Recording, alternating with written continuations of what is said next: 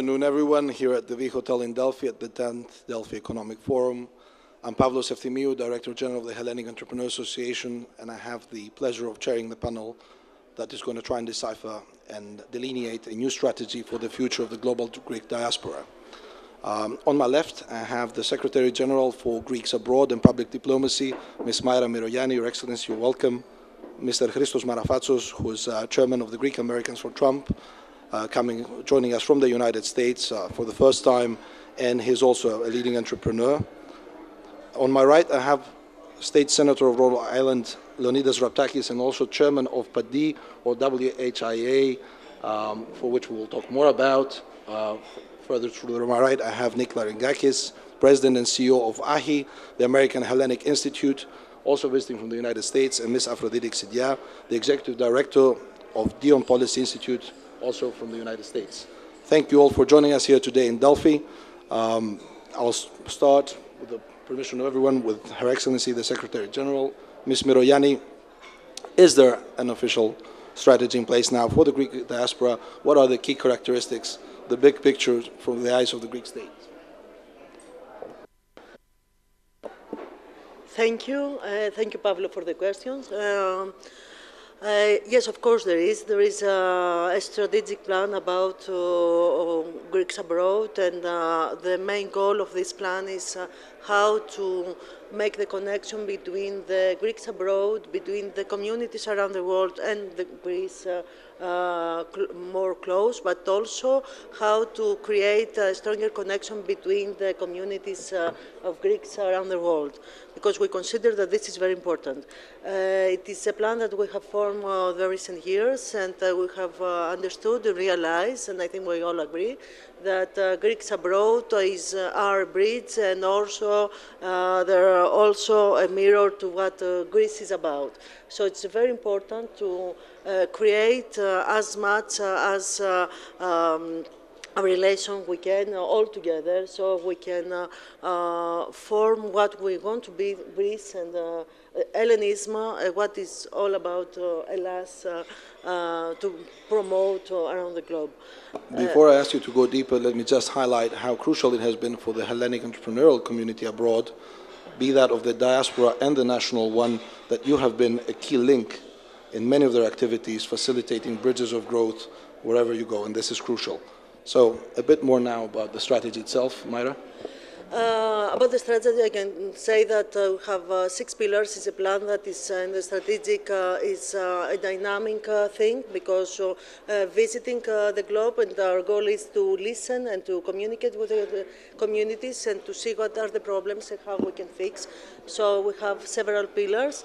The main idea is to have a connectivity altogether, to have an empowerment of the Greek diaspora, and also to create a stronger force and to contribute. And when I say contribute, for example, we all know that we have a lot of procedures and services at the consulates that may be a little bit not as quick as we would like to do. And to this issue, we're trying to digitalize more. We're going to digitalize the procedure of the passport issuing so that it can be quicker. We have created the Digital Council, and we have also a chat room in order to be more able to communicate better. In one hand. In the other hand, for us, it's important to have a strategy about the language, and this is why we are hosting a lot of programs in Greece, and we're trying to make as more students or kids possible to Greece to relate to the Greek civilization, what is Greece all about these days. And also to learn the language and learn a lot of aspects of the Greek civilization. And now we're creating also hosting programs, thematic hosting programs, in order to see what the modern aspect of Greece. programs about shipping, about internship, about environment, about volunteerism, in order to promote all these aspects that we consider that Greece is. Because it's important to focus also in the new generation. Young people all around us is what will make Greece, the image of Greece of tomorrow, and we need to focus now. And this is why we have also created the Greek Diaspora Forum that took place last year. And it was a very interesting initiative because people from, young people from 16 countries and 4 continents came to Greece, and they had interacted in a forum, being panelists and speaking out their ideas, and we were the one listening. So this is something important. And also very important is for us to promote the role of women in diaspora and how they tried and they have achieved to keep Hellenism and Greek tradition, as well as church's role, because we have to acknowledge that without church, the communities and Greek communities around the world wouldn't have the power to promote the Hellenism and to keep the Hellenism. So all this together is part of our strategy, how we need to enhance and promote. Using the modern tools, using the digitalization, we are trying to have a network. I can stop me when it's time because you're at the point, Myra, where I feel that we can highlight that there's new elements and continuity at the same time. Technology comes in. Different groups, the role of the church, the role of women is introduced, and also the role of the youth, which I find crucial, and how you define youth is a topic that we can come back to in the second round. So if you allow me, I'll keep this as the first elements of the compass, and you can delve deeper in round 2, building also with insights we will collect from our excellent panel. I'll start with, as agreed, with Raptakis, and the reason is that he has a key view about the role of elected officials. And I think that, Lou, in our preparation, it was excellent that we managed to highlight the different aspects of this, but also the network, the important network of WHIA that you have catalyzed, and it produces a lot of important policy recommendations and actions. Sure. Pavlo, first I want to thank you very much for this kind invitation and the organization here, Delphi Economic Forum. Pleasure to be here. Very important. As we all know, in every single nation across the globe, especially the United States, politics, the political and the economic issues are very important. That made America an important country and a powerhouse in those fields. And I think the political end of it is very, very important because, as we know, in the Diaspora, as the General Secretary had just mentioned, we have groups of lawyers, we have doctors, we have teachers, students, the church that make up all these organizations as American Hellenic Institute also. But the political issue, I think, is very, very important. We work together with the Hellenic Parliament. We're legislators to legislators. We have about 98 elected legislators right now in the world of Greek descent, 48 in the U.S., 20 in Australia, 8 in Canada, and we're scattered from Ukraine to South Africa, to Kenya, to Zimbabwe, to France, to the UK, Sweden, Albania, Germany, Switzerland, and I think I might have missed one country, I think Netherlands also. But in the U.S., for the first time, this is a very important number. 48 out of those numbers I just mentioned is just from the United States. 7 members of Congress. We just elected Congressman Petronas from Florida. We have 3 congressmen from Florida. We have 1 from Nevada, 1 from New York, and 2 from New Hampshire. We have 5 general officers, 3 lieutenant governors, Secretary of State of Illinois, the General Auditor of Massachusetts, 12 state senators, and 24 state reps, elected in 22 states. Now, if you do the math, we know we have 100 members of the U.S. Senate, 22 times 2, that means that 44 of those U.S. senators are within the elected Greek Americans. Whether you're a Republican or a Democrat, we work together. We work together for issues of concern between the United States and Greece and Cyprus, a lot of issues. But just having those numbers and another 200 members of Congress, I'll give you a perfect example. In my state, we have 2 U.S. senators. We have the former chairman of the Armed Services Committee, Senator Reid, Senator Whitehouse, and 2 members of Congress. They have voted 100% on every single issue of concern, whether it's 3+1, whatever the issue is. because it's good to have this political continuity in a relationship of the Greek Americans in Australia, another 20 strong, Canada. Matter of fact, when Delphi had their forum in Toronto, a very important voice, Andy Koutrakis, was a member of the Parliament, Federal Parliament, Ms. Lambropoulos, Federal Parliament, and many others in the provincial Parliament. We get our message across. And I think the political issue, as we know how dangerous the situation here is in the East Med, it's very important to have that ear as the political section to get those members of Congress to understand the issues. It's like educating, because look, all those members of Congress have so many other domestic issues to contend with, whether it's the senior issues, whether it's housing, whether it's the economics. But at least with us, when there's an important issue pertaining to Greece and Cyprus, we're there. So, and thank you very much. Lou, Senator Raptakis, thank you so much for this. I know the work you're doing, and my second question will be on your recent visit and meeting with the President of the Parliament, Mr. Kaklamanis. We saw it, and I'm sure it produced interesting thoughts that we can share with the panel. I'm turning to Christos right away. Christos, you openly supported and campaigned and actively spearheaded the campaign of the Greeks for the new administration that was sworn in. What changes, what remains the same, and what could be a Trump diplomacy in a way for the diaspora and leveraging opportunities around the orbit of the new president? Thank you, Pavlo. Thank you for that great question. And I would like to thank the Delphi Economic Forum. I'd like to thank Mr. Tsomokos and most importantly, everyone here today.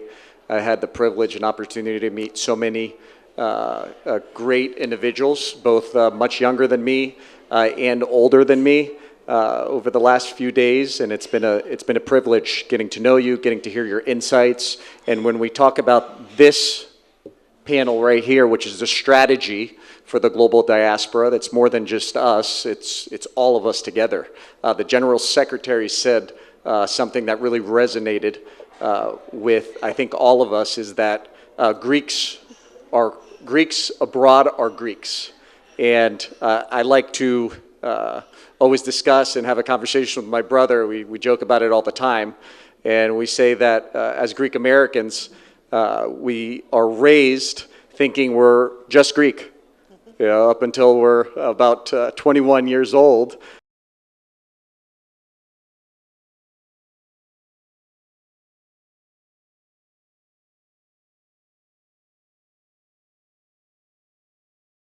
Us so special in North America and in the U.S. That our faith, our understanding of culture, and our deep influence of our history, not only here in Greece but abroad. And when it comes to strategy, it's a global strategy, and it's all of our responsibilities. All of us here. And all of you have, we each have a very important role to play within that process. And why I love and adore this panel is because all of us offer and contribute something differently. From politics to representing Greece, not just in the U.S. but abroad. And we have so many incredible locations that Greeks are well represented, regardless of the size of us. In U.S., we have about 3.5 million Greeks. And you hear a different number, 3 to 4.5 million. Australia, Africa, North America. We had a great Metropolitan Iakovos, that was the youngest Orthodox bishop to be ordained Greek Orthodox bishop in the Metropolitan of Mexico. We're represented everywhere. Where I found my position and responsibility was politics. I saw that as an opportunity. I saw that as an opportunity to give back to something that I really cared about, and something that has paid off over many years. So I'm 38 years old. So out of my working life, the last 12 years, I've committed to the political strategy. For me, it was on one side of the party, the Republican Party, and specifically one president, our current president, who was also the 45th president of the United States, President Donald J. Trump. who is a very exciting and popular figure nowadays, not only in the U.S., but here in Greece and abroad. And there has been impact. I think the one thing growing up Greek American and what our father and mother taught us is the power of our faith, the power of our culture, and the power of showing up. And it doesn't matter if you're in politics, it doesn't matter if you're have started a think tank, it doesn't matter if you're Mr. Larigakis, who's been representing Greek American interests in the U.S. For the last 35, 40 years. Senator Raptakis, who's representing Greek Americans in Rhode Island as a fantastic Democrat. It doesn't matter what his political origins are, what he believes in. We are Greeks. And Pavlos, who is an entrepreneur. And that's how I started my journey. So the strategy includes all of us. My fundamental base that I was able to contribute was politics. And it's been a fantastic opportunity for me to see and meet so many people, but not only that, leverage and adapt to everything that's new. Today is such a new and exciting time. It's a new and exciting environment. And for me, I see and leverage the opportunity that our American president has given us, which is a platform of bringing progress, fixing issues, and seeing challenges as opportunities. And that resonates, I think, with a lot of us here. A lot of us have a business perspective. A lot of us have an educational perspective. All of us want to be involved in some way. And my way has been politics. So that's a strategy in itself. That's a strategy that is leading the way right now. It has a great momentum. It's our responsibility to take advantage of that. We are privileged. When I say we, I think my generation of younger Greek Americans from all over the place to have people to the right of me that have done so much in our past, right? You look at the U.S. as a prime example. We've built communities, we've built churches, we've built a really empire that our grandfathers and our great-grandfathers have built. We don't discount that. We don't say, hey, look what we don't have. Now we're at opportunity is like, it's our responsibility to say, where do we take this? We are given a golden key, and now we can focus on things. For example, my father left Sparti when he was 9 years old in 1955.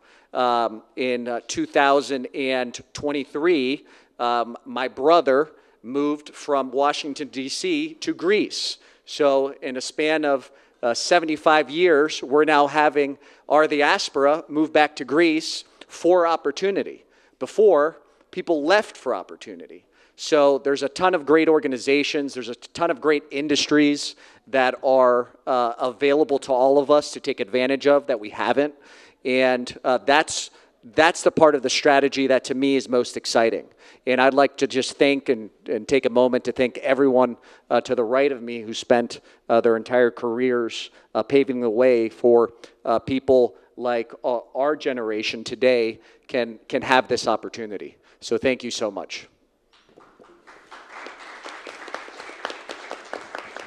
What an intro, Christos. I didn't interrupt you because it was all so breathtakingly brilliant, and the ideas. Let me just say that also you put your money where your mouth is. You are here investing with your brother in Greece in this perspective that you just shared, that Greece is an opportunity, and I also feel exactly what you're saying.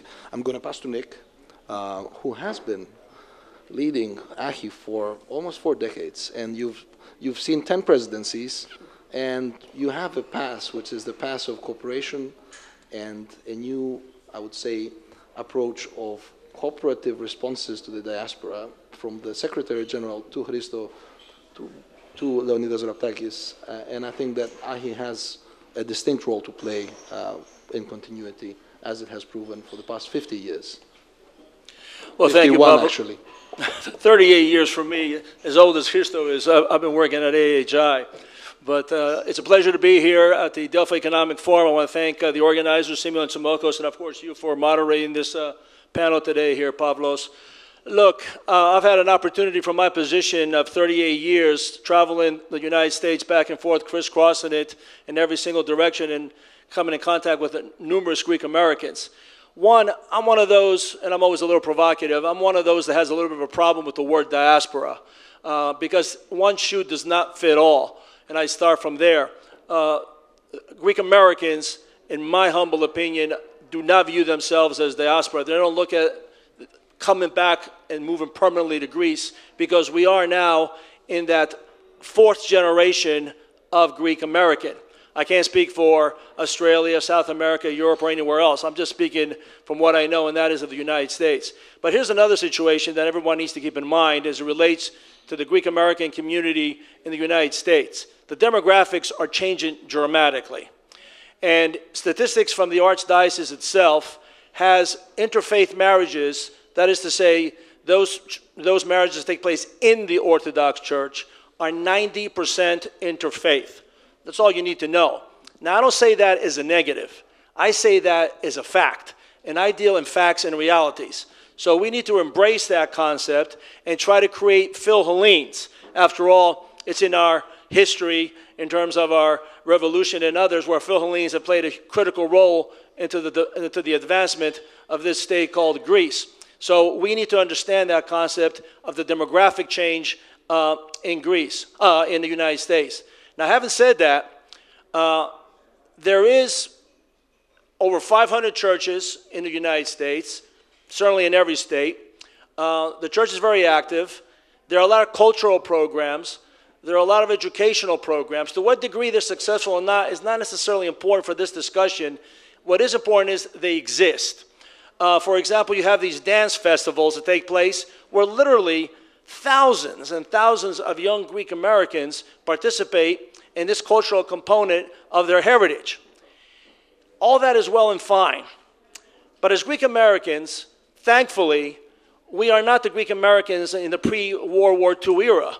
We are not looking for anything from our government other than any American citizen, that of being able to have a proper job, to have safety, not just for our own being, but also for our country, good education, and so forth and so on. So we don't have any of those issues, thankfully. Once upon a time, we were the greasy Greeks. We were the ones, where you would go and look at our restaurant window, and it would say, no Greeks, no blacks, and no dogs allowed. Those days are gone. And by the way, what changed that dynamic, just as a sidebar? It was what Greece did in 1941 with the orchi. That literally changed the perception of the Greek American community overnight. So we can thank our mother Greece again in helping its diaspora at that time, to integrate, and to be recognized within the context of the American mainstream society, and we never looked back since. It's been alluded to here. We punch way above our weight. Christos said we're about 4 million. I respectfully think we're much less than 3. I think we're somewhere between 1.5 to 2. But either way, that either makes us less than 0.5% or 1% of the 330 million population. So with 7 members of Congress who are Greek American, that is way above, our representation. And once upon a time, we had 2 U.S. senators, which weighed us exceptionally way above in terms of who we are. Where we lack, ladies and gentlemen, is in the connection of this generation of Greek American as it relates to the public policy issues of which we at AHI advocate for as it relates to the Eastern Mediterranean and all the issues that we know without getting into them. There's a huge lack, there's apathy, there's misunderstanding, there's no direct involvement. We can get this for all day. I'll just say what we do at AHI to try to change that in our small world. We instituted a program 10 years ago with just this subject matter in focus. For 17 years this year, coming up, we will be taking 10 different university students from 10 different universities on a program of immersion, Washington, Cyprus, and Greece, so they have a full understanding of the issues of the Eastern Mediterranean, which we, of course, profess them to be as American issues. We advocate for American interest, but 99% of that is also good for Greece and good for Cyprus. So the projection of U.S. geostrategic interest is dependent on the area being politically stable and viable and secure, and within the democratic values and principles. And Greece and Cyprus do that also within the context of Israel. So we try to impart that on these young Greek-American students, of which more than half do come from interfaith marriages, by the way. And we've just done exceptional examples where I can give, where they've given back in terms of where they went on to go to work once they came back from these programs and after they graduated. A lot of good examples here. Nick, just close with the key points of what he does, as you promised, and then in round two, you can enlighten us a bit more well, with again, some examples, like the ones in preparation about what we can do different. Should we visit more places? Different ways of strategizing our. Well, if we want to look, if we want to strategize, okay, I've submitted this to the Greek government. Okay, just like the Greek government has a strategic dialogue, okay, with the United States.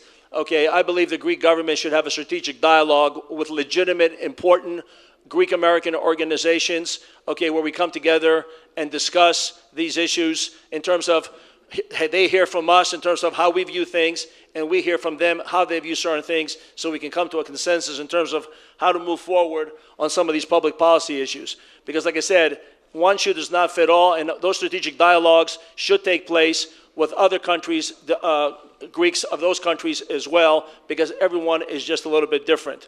I would also say, just one last point, in terms of how to get more immersed into these issues in the United States at least, is we need to create more modern Greek studies programs at universities. The universities, there's over 2,500 four-year universities. To graduate, you need a tremendous amount of electives to graduate from a university system. And if you provide some modern Greek studies programs, not classics, modern day, what Greece is doing today, what's important for Greece today in NATO, in the Western interest, for United States interests, I think you would get more Greek Americans who would take these courses at the universities and by virtue become educated. And that can be a partnership between the local Greek American community and obviously the Greek state as well. The Greek state spent a tremendous amount of money years ago on SAER. They had a conference in Thessaloniki where they spent millions and millions of dollars bringing Greeks from all over the world.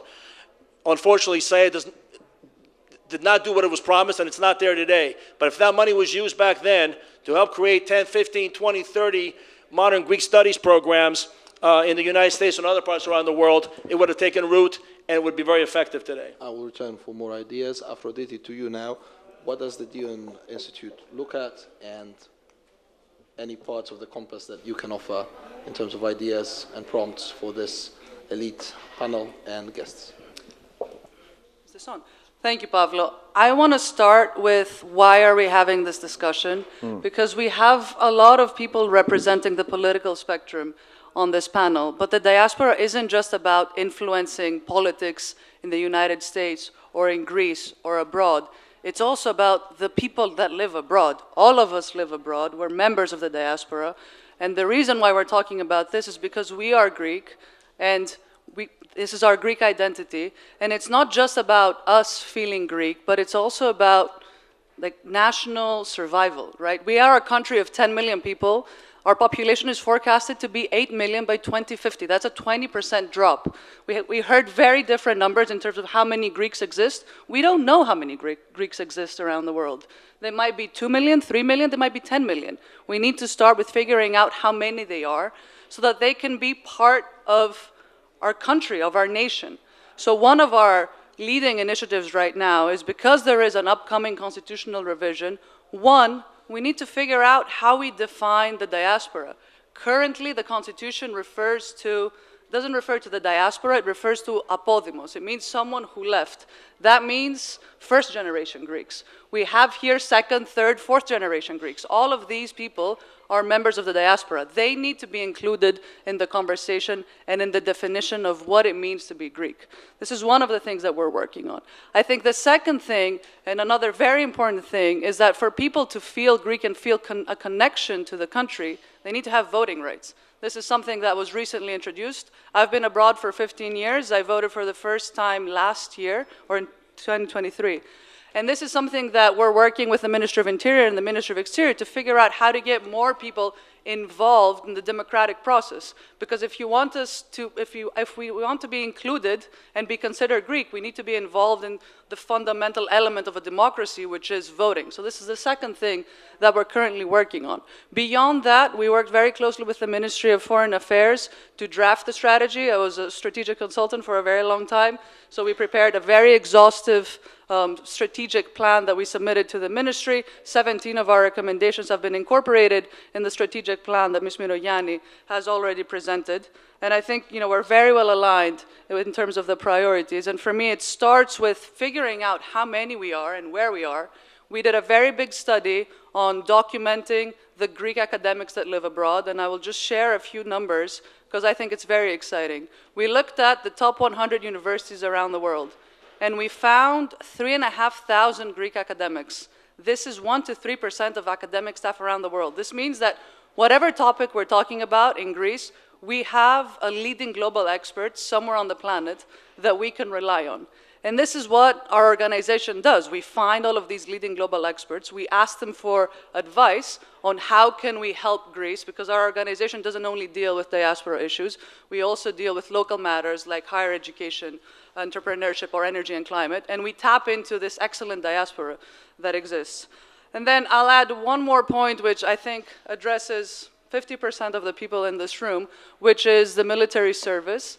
As some of you know who live abroad, it's a challenge for Greeks who live abroad to get their citizenship or move back to Greece because they have to come back and serve in the military. One of the things we're currently looking into is how to streamline this process so that instead of coming back and having to do your military service, you serve in civic service in the consulates around the world that are understaffed and need help. And so this is something that we're currently working on. I'm happy to elaborate on a lot more, but I know we're closing You in will on time. you will have a brief round two, so please keep these points you wanted to supplement for that. And this is a brilliant idea. I hadn't heard of it, but it's wonderful. And even though the service is very small, when you return and you're over a certain age, serving in parallel to whatever you're doing could be beneficial. I will propose to the Secretary General that we close together. So that means I will take other comments first, and I'll come to you last, and I'll be a bit sharp on time. So because all of you had very strategic remarks in the beginning that you had well prepared, be a bit faster in your second round, around 3 minutes each. I'm going to turn to you, Senator Raptakis. You made the news a couple of days ago, meeting with the President of the Parliament, and you shared a few elements of the compass with him. Can you share them with us as well? Sure, absolutely. Very important to meet the new Speaker of the House of the Hellenic Parliament, because our legislative delegation works with all 300 members of the Hellenic Parliament. It doesn't matter what party you're in. But that's how we build a bridge between our countries that were elected. I'll give you a perfect example. The Speaker told me that he is inviting, for the first time, Speaker Mike Johnson, who's the third most powerful member of U.S. government. It's President, Vice President, and the Speaker of the House. My colleagues from the United States, I know we're going to all get involved and make that happen. To have, just think, the Speaker of the United States coming to meet the President of the Hellenic Parliament, which is the same role, Speaker, President. It's very good to engage in a lot of the issues that we just heard around this table, whether it's commerce, business, investment, tourism, education. We have some great students here from DD College joining us today, and that's how you build bridges between the universities in our countries that we represent and bind them together, whether a study abroad program with the universities in Greece and back home. We also have my colleague from Ukraine. He is a member of the Ukrainian parliament, and his president would probably definitely come here to Greece, or either the Speaker of the House of Canada. I know Steve Yorganas from Australia, who's our second vice president, invited this coming summer. We have a General Assembly every 2 years of all these legislators coming here. The Speaker of Australia coming here to Greece, meeting President Kaklamanis. It's good because we talk a lot about a lot of the issues of concern that resonate back, that affect the people of Greece and even Cyprus. I think that dialogue is so very important that you make that introduction with the leaders here in Greece, an important aspect of talking in detail what we can do to build that better bridge between the countries, the Diaspora that we're elected from, and here, Mother Greece. Very, very important. Dialogue continues as we elected this solid number of 98, makes an important contribution to what we're doing here today, whether it's improving the education, the opportunities for these young students to maybe get their master's degree in Australia, Canada, the USA, wherever. And I think it's a very great concept of having elected legislators of Hellenic descent talking with the decision makers, my colleague in government, the General Secretary, also to exchange those ideas and make our lives better. Thank you. Swift answers, is voting rights assisting your efforts to mobilize people in these causes? And the second one is, are we doing better at it? Well, I think the voting rights was a heated issue in the Hellenic Parliament. I think what's going to happen, I think if there's a Greek in the Diaspora out there that has a relationship, whether a taftotita or a Greek passport, they should be allowed to vote with none of these restrictions. I think there was too many restrictions the last time out. Making it simpler is the key. Make it simpler. Italy, France, they make it simpler. Just show your passport or taftotita, and then you can vote. There was so many restrictions that made no sense. It's the involvement, the engagement. You can get somebody that says, you know what, I'm going to vote in Greece. He might be a businessman, like Chris said, that wants to get engaged in Greece to make sure his company could be a Fortune 500 company that wants to make an investment in Greece. Keep that clear, that path open. Get that opportunity open. Don't put any barriers. Well, like Afroditi said, we're a small number, and we need to engage and bring those that are out there and have a great relationship with our roots. Well noted, Senator Raptakis. Afroditi and Nick, comments supplementing what we just discussed with Senator Raptakis, or the previous elements you wanted to go deeper in. For example, Nick, you shared in one discussion we had recently that let's think a little bit outside the box. Everybody wants to go just to New York City and Washington, Right. D.C. to share their views. And the moment you go a step out, you actually make the news. Because in New York City, nobody really cares if a deputy minister from, let's say, culture visits New York City from Greece to share their insights about global strategy for culture. No, we've expressed this to Greek government officials throughout the years that a plan of action for them when they visit the United States is not just to come to New York City or to Washington, D.C., although you're going to do that for the obvious reasons, but to go visit the different areas around the country where, for example, the chairmen of the key House and Senate Foreign Relations Committees come from. There they will become news, okay, because some of these people come from, inner lands of the country where not necessarily a Greek government official will visit there. So it'll be the first time probably in some cases that somebody would visit, a Greek government official would visit there. An example, the president of Cyprus last week was on a business tour around the country, and he went to Houston. Well, that was the first time that the president of Cyprus ever went to Houston. But, Texas is an incredibly important city, and the previous chairman of the House Foreign Affairs Committee, Mr. McCall, came from that state. The point being, there's got to be a strategic plan for those government officials from Greece and Cyprus to travel to the United States, to go outside of the traditional centers and to visit in these various states where key members of Congress are. There's going to be a guarantee of a university in these cities. You create a speech at the university level. There will probably be some World Affairs or UN Association chapter there. You create a speech there. You create an interview with the local media. And then last, not first, last, you engage with the Greek American community as well. That's one thing that I would certainly recommend in terms of strategic dialogue, of getting the message out throughout the whole country, and how, more importantly, the message will resonate back in Congress in key positions. Because, ladies and gentlemen, like it is with most political areas around the world, all politics is local. These guys and gals pay careful attention to what happens in their local districts back home. That's why they only spend about 3 days a week in Washington, D.C. Thank you, Nick. And I also keep the idea of the strategic dialogue being in Greece very structured and being an annual happening where this strategy is delineated, clarified, and operationalized with the people it should. And I'm turning to Afroditi as well now. I really like the idea of the scholars as well. And I have to say, I saw that you're also encouraging them to come back to Greece to the extent that you can. Is there a way to operationalize this academic network in under a minute and a half, please? Under a minute and a half. Okay. Well, yes, we are encouraging to come back. Actually, they want to come back. 59% of them said that they want to come back, and they want salaries that currently exist in the academic system, so their salary expectations are not extraordinary. There is a way to operationalize this. It was one of our proposals in this report to build a database of all of the academics around the planet.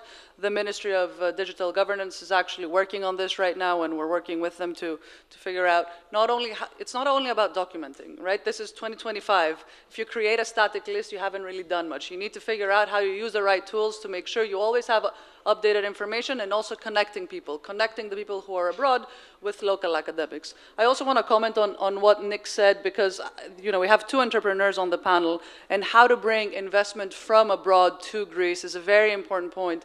And the example of Houston, you're talking about one of the biggest and fastest growing energy hubs on the planet, with all of these alternative fuels, and there is a very, very large opportunity for alternative fuels in Greece that we could be looking into.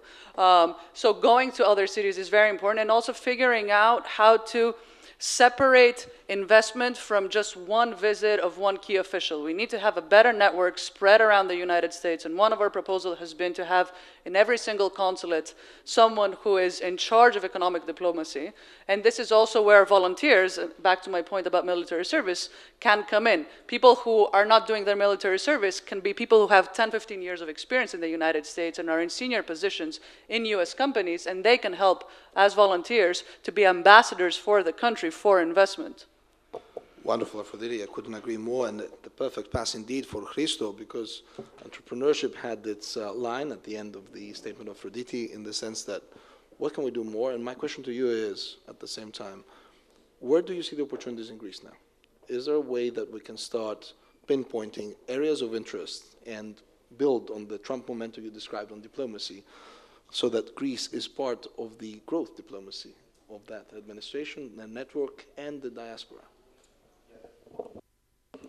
Great question, Pavlo, and it cannot be stressed that diplomacy has changed over the years. And we've seen a very exciting last 75 days with this president, especially over the last 2 weeks with tariffs, and we see how important business, commerce, and even trade and fair trade between countries and our allies, and how important that is. And we have a president in the U.S. that stresses things need to be more fair.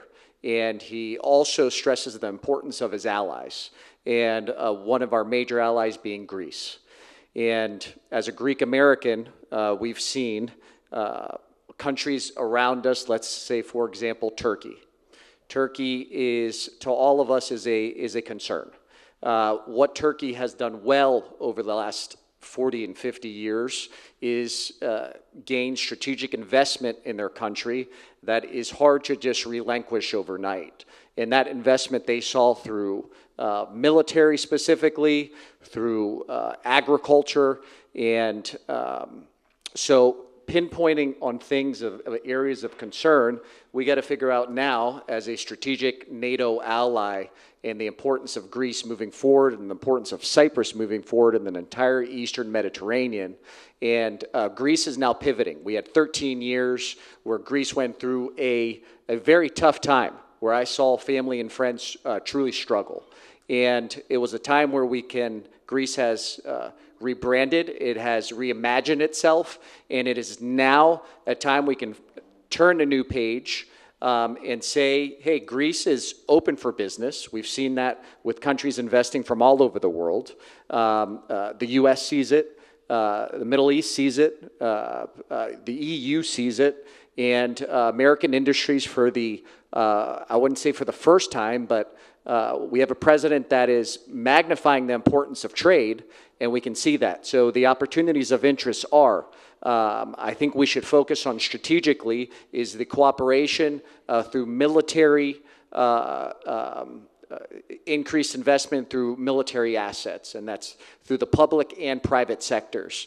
Greece is filled with military assets that aren't being used, that can be repositioned overnight, and with land that is permitted by the government that U.S. companies can tie into almost immediately. That's something that the U.S. and Greece can truly pivot on, that Greece needs, and that President Trump would truly admire and look for. And we can then focus to energy, to agriculture, to development. The beauty of Greece, its region, its people, is that the people are smart, the geography is perfect, and Greece has done a very good job at creating a substantial relationship with the U.S. over many, many years.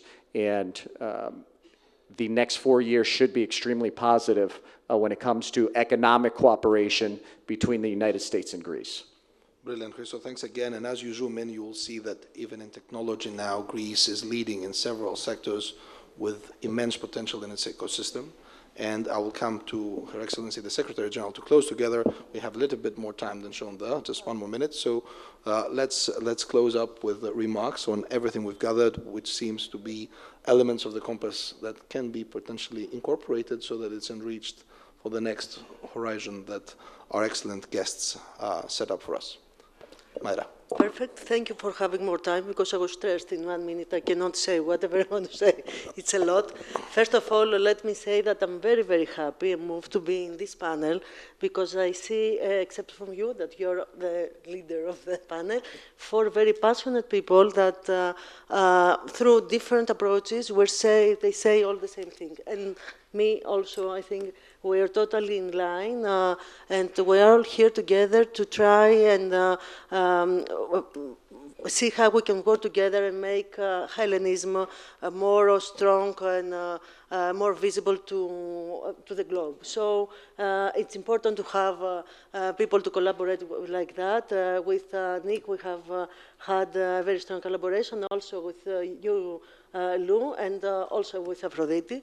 And I know that we're going to have a very good collaboration as well. And from what I hear, I'm very happy, because I see that we have a lot of same opinions. Let me start by what you said about the investing, that I think is very important. Greece and the US are strategic partners. We participate in the high dialogue in a political and economic level. One of the 5 countries that have high strategic dialogue with, and this is very important.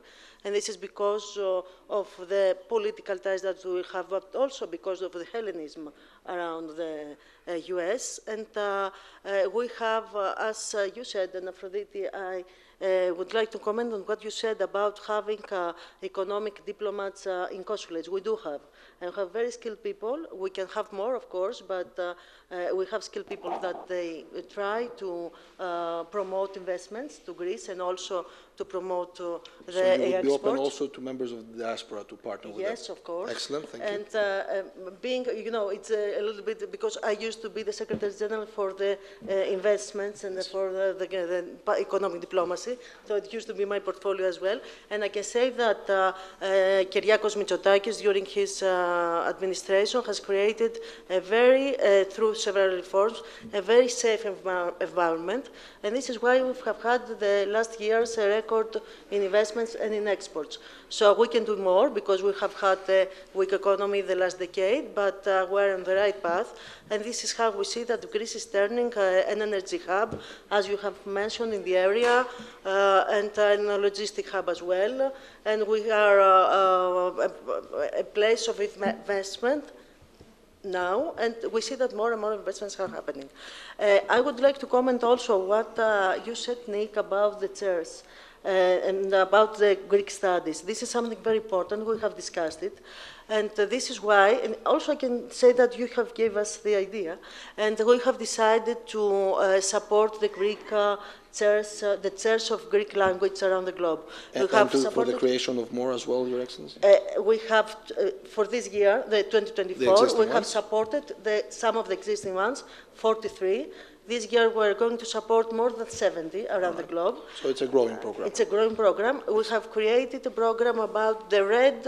We are going to create a red notice about the chairs that are in danger, so that we can raise an awareness from all of us to try and stop this from happening.